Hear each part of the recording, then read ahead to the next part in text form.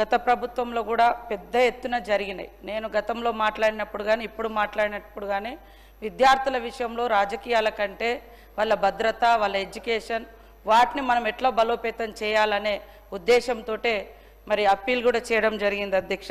మేమున్నప్పుడు బాగుంది, మీరున్నప్పుడు బాగాలేదంటే ఒక విద్యాలయం మీరు కట్టిపోయారు, మేము రాగానే కూల్చలే కదా. ఒకవేళ టాయిలెట్స్ కట్టి ఉంటే మేము వచ్చినాక కూల్చలే కదా. మీరు నీళ్ళు ఇచ్చుంటే మేము వచ్చినాక అయితే దాన్ని డైవర్ట్ చేయలే కదా.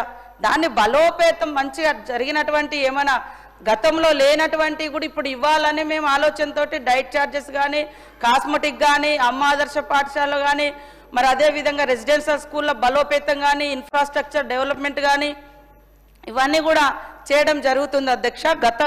గత ప్రభుత్వంలో కూడా మరి డెత్స్ 2014 నుంచి 23 వరకు నా దగ్గర ఉన్న డాటా ప్రకారం 114 మంది చనిపోవడం జరిగింది సార్, వివిధ కారణాల రీత్యా.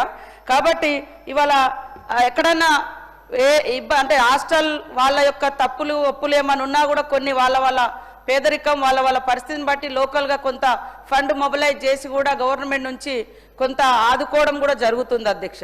ఇదే ఆసిఫాబాద్ జిల్లాలో 15 రోజులలో గత ప్రభుత్వంలో 5 చనిపోయారని, 4 చనిపోయారని, అంటే 4 ఫోటోలు ఇచ్చారు, ఇక్కడ 5 పేర్లు ఇచ్చారు సార్.